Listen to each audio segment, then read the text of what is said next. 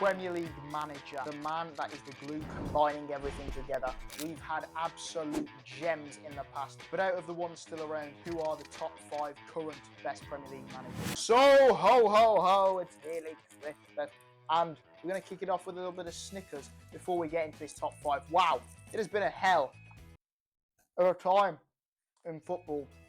Spurs, as I've made so many comments on Spurs, going from losing, and Joe smashing Southampton sacking their manager, Wolves sacking their manager. Crazy stuff.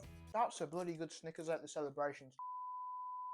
Kicking it off with someone who's consistently improved this team. He's a man that I believe was at Watford for a bit.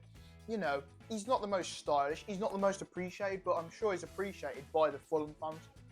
It's Marco Silva. I feel like what he has done for Fulham, a team that was in the bottom half of the table, always, you know, in and around relegation, he has now got them sustainably in that 9th to 7th spot. You know what I mean? They finished high last season.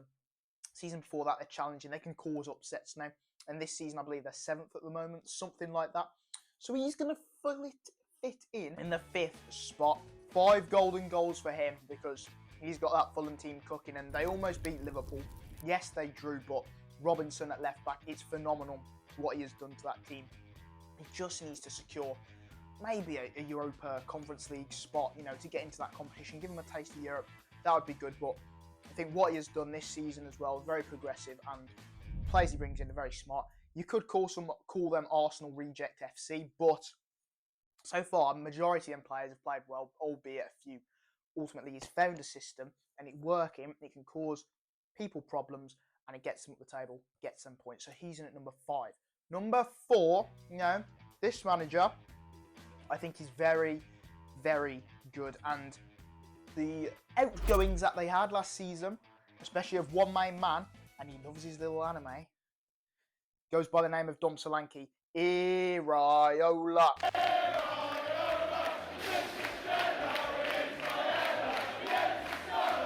What a manager, and I've been to a Bournemouth game before. Your fans are shit and you're a family club. I'm going to be brutally honest. I got told off for swearing there and got told to sit down.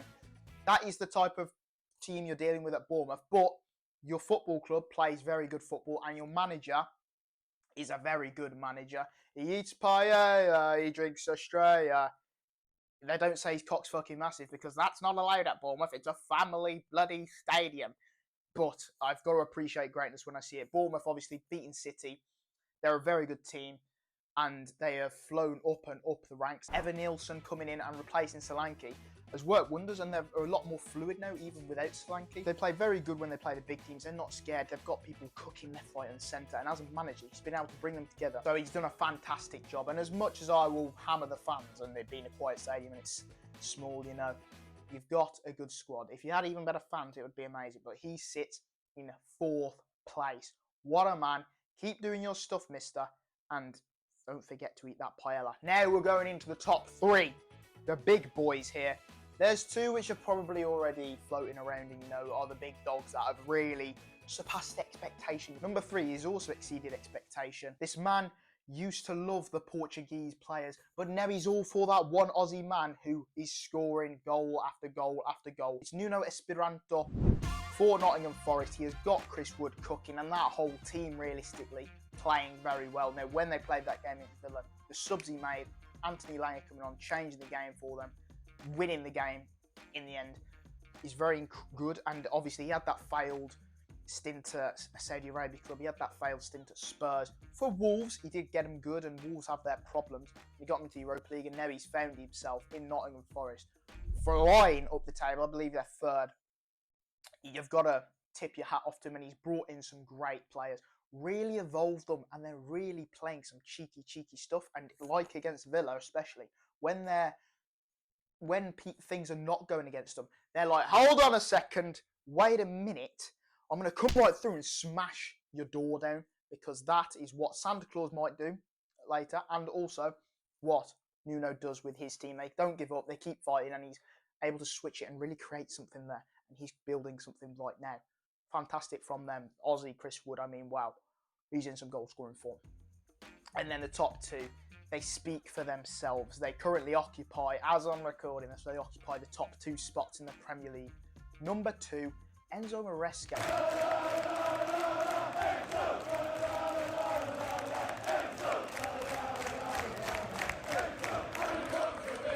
And you all keep denying that they're not in a title race, but they're the closest challengers to Liverpool at the moment.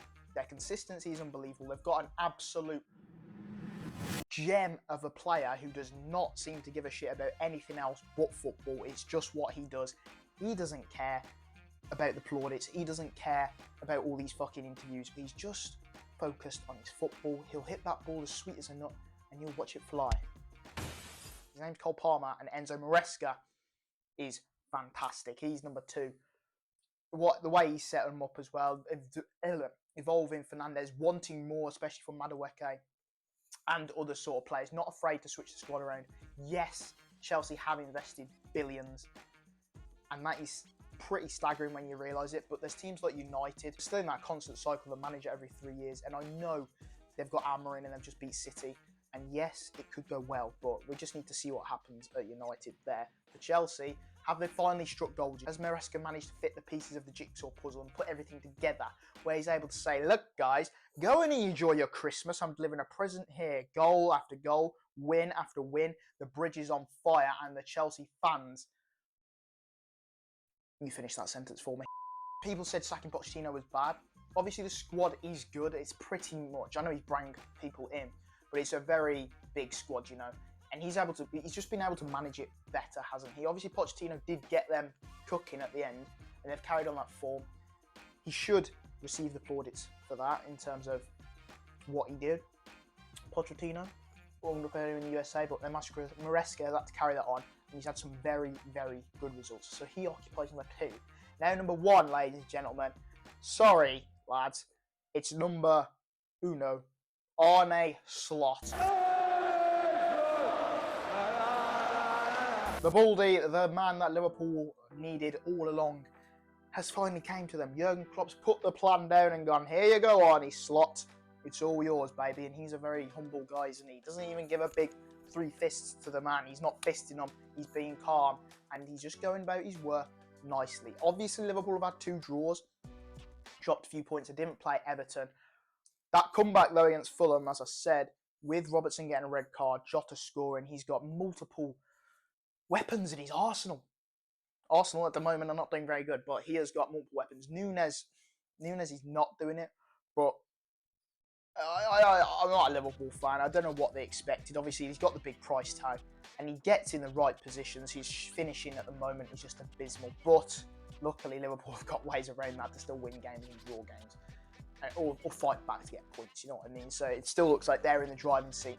And he's had big shoes to fill, you know what I mean? When Alex Ferguson left, David Moyes crumbled. Stu Scotsman was not able to combine. The haggis got in the way. Fergie time was no longer a thing until now. Apparently it's back under Amorim. But Arne Slot has been able to carry it on. Slottage time could be a thing because we had Kloppage time, but it's not easy to fill the shoes of Jurgen Klopp. And he's done that perfectly. He's developed the youth again. Conor Bradley coming through, you know. He's really not afraid to drop people. He seems to take Trent off around the 70th minute, bring in Bradley, and he'll switch it around and believe in his players. And the slight tweaks that he's made have really enabled Liverpool to keep going and to keep going forward. He will find it hard next season if he doesn't get these contracts signed, but ultimately, that is not what it's about. We're focused on the current season, and Arne Slot at the moment is the current best manager in the league. Shame I'm not putting my boy Unai Emery in there, but we've been very inconsistent, and the injuries we've had, obviously the European games and stuff, we've had good results, but overall as a season, Emery hasn't, I wouldn't say, got us like second place. We're still very much in it, and Unai Emery's a very good manager, but I thought these are the ones that have popped up on good form, especially like the Bournemouth manager, Fulham manager. They deserve some plaudits because sometimes they don't always get the plaudits. So I hope you have a good Christmas, hopefully it's going to be goals galore on Boxing Day and New Year's Day, and fucking the players are playing every 2 days at the moment. Give me a rest, you know. I just want to be sitting down in my chair, playing a bit of, what do football players play nowadays? Playing a bit of Call of Duty they might be playing, taking in that 200 grand a week, and saying thank you. I'll moan about playing 60 minutes more or 90 minutes more a game. That's what they really want to be doing, don't they? Enjoying their Christmas dinner. But you can't have it all. You have to work, work, work. So, hope you guys enjoyed. Please make sure to leave a like. That is the top 5 at the moment. Argue if you want. Who would you recommend? I do not know, because that's my personal favourites. Okay? Have a good one. Bye-bye.